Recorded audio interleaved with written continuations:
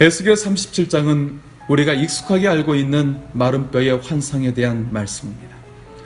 오늘 말씀에서 하나님께서는 에스겔을 처음 부르실 때와 같이 그의 영으로 에스겔을 인도하여 한 골짜기로 데리고 가셨습니다. 앞에서 하나님께서는 예루살렘 성전 안에서 자행되는 우상 숭배의 더러운 모습을 보여주셨기 때문에 하나님의 영이 에스겔을 이끌어 가실 때 그의 마음은 다시 두려움으로 채워졌을 것입니다. 하나님께서 이제 그를 데리고 가신 골짜기에서 그가 본 것은 무서운 광경이었습니다. 마치 전쟁터에서 매장되지도 못하고 죽어 널브러진 시체들, 그것도 너무나 오랜 세월이 지나버린 그런 마른 뼈들이 무수히 많이 있는 모습이었습니다. 하나님께서는 에스겔에게 물으셨습니다. 이 뼈들이 능히 살겠느냐? 에스겔은 하나님의 능력을 부인하지 않는 지식을 가지고 있었지만 그것을 믿을 만한 믿음은 없었습니다. 그래서 에스겔은 대답을 하나님께 맡겼습니다. 하나님께서는 에스겔에게 지시합니다.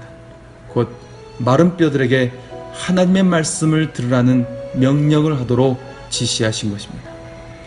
에스겔이 하나님의 말씀을 대언하자 각 뼈들이 움직여서 서로 맞추어지기 시작하고 거기 힘줄이 생기고 살이 오르고 가죽이 덮여서 부서지고 해체된 해골이 아니라 사람의 형상으로 변하였습니다. 그러나 호흡이 없으므로 그들은 죽은 시체에 불과했습니다. 이제 에스겔은 다시 하나님의 말씀을 따라서 대언합니다. 9절에 생기야 사방에서부터 와서 이 사망을 당한 자에게 불어서 살게 하라고 대언하자 생기가 그 시체들에게 들어가서 살고 다 일어섰는데 그 모습은 극히 큰 군대의 모습이었습니다. 오늘 본문에 가장 많이 사용된 단어는 생기 혹은 영으로 번역된 루하흐라는 히브리어입니다. 이 단어는 성령님을 의미하지만 일반적으로는 호흡, 바람을 뜻합니다. 이 단어가 1절에서 14절 사이에 10번이나 사용되었습니다. 특히 시체들에게 들어간 생기에 대한 말씀은 성경적으로 매우 풍성한 의미를 가지고 있습니다. 첫째, 하나님께서 천지를 창조하시고 마지막에 사람을 흙으로 지으신 후 생기를 그 코에 불어넣으셔서 생명이 되게 하신 일입니다. 하나님께서 보여주시는 구원의 그림은 마치 처음 창조와 마찬가지의 일, 곧 재창조에 해당하는 것임을 보여주고 있습니다. 둘째, 주님께서 죽음에서 부활하신 후에 모여있던 제자들에게 처음으로 오셨을 때 하신 일입니다. 주님은 평강을 전하시고 그들을 세상으로 파송하시는 말씀을 하시면서 상징적으로 숨을 내쉬며 성령을 받으라고 말씀하셨습니다.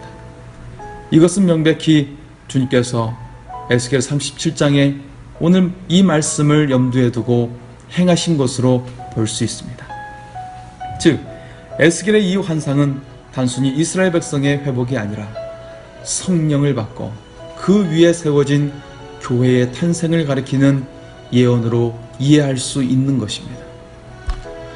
하나님께서 본문을 통해 직접적으로 말씀하시려는 것은 당시의 이스라엘 백성의 상황과 관련이 있습니다. 그들은 모든 소망이 다 끊어졌다고 생각했습니다. 11절에 우리의 뼈들이 말랐고 우리의 소망이 없어졌으니 우리는 다 멸절되었다고 말하곤 하였습니다.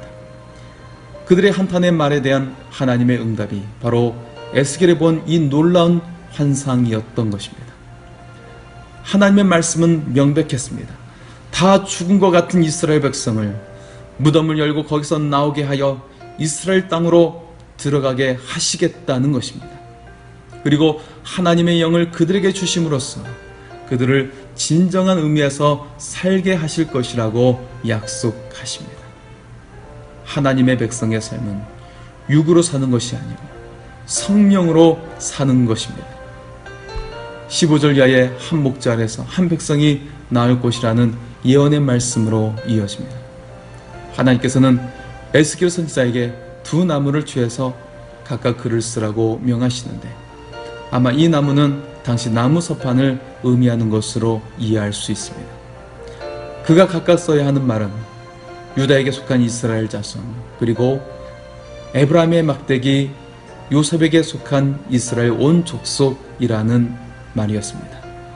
각각은 두 왕국으로 나누어진 유다와 이스라엘을 의미하는 것입니다. 그리고 17절에 두 나무를 하나가 되게 붙이라고 하시는데, 이것은 두 나라가 더 이상 나누어지지 않고 하나가 될 것을 암시하는 것입니다. 또 그들은 장차 한 나라를 이루어서 한 임금의 다스림을 받게 될 것입니다. 이 예언이 멸망한 북이스라엘과 남유다로 상징되는 이스라엘 12지파의 회복을 말하는 것일까요? 그러나 역사를 보면 북왕국의 10개의 지파는 멸망한 지 오래되었고 이미 이방 민족들과 섞여버림으로써 그 혈통을 잃어버리고 말았습니다. 하나님의 종 다윗이 그들의 왕이 될 것이라는 말씀은 다윗이 다시 살아나는 것이 아니라 다윗의 자손으로 오시는 예수 그리스도를 말하는 것입니다. 하나님은 그들과 영원한 화평의 언약을 세우심으로 그들의 하나님이 되시고 그들은 하나님의 백성이 될 것이라고 말씀하고 계십니다. 성령께서는 구원받은 자들을 한 몸, 그리스도의 몸, 곧 교회로 만드셔서 하나가 되게 하시고 머리 되신 그리스도의 통치를 받게 만들어 주셨습니다. 그 구성원들은 오직 성령으로 살아난 사람들입니다.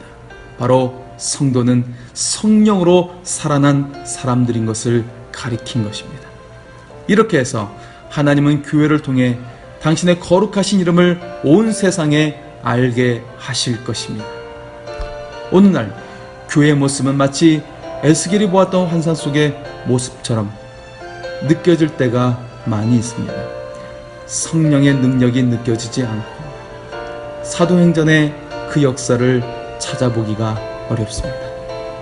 오늘 이 말씀은 우리에게 하나님께서 성령을 부어주심으로 행하신 놀라운 일을 다시 한번 우리 시대의 교회들이 행하도록 권고하는 말씀입니다.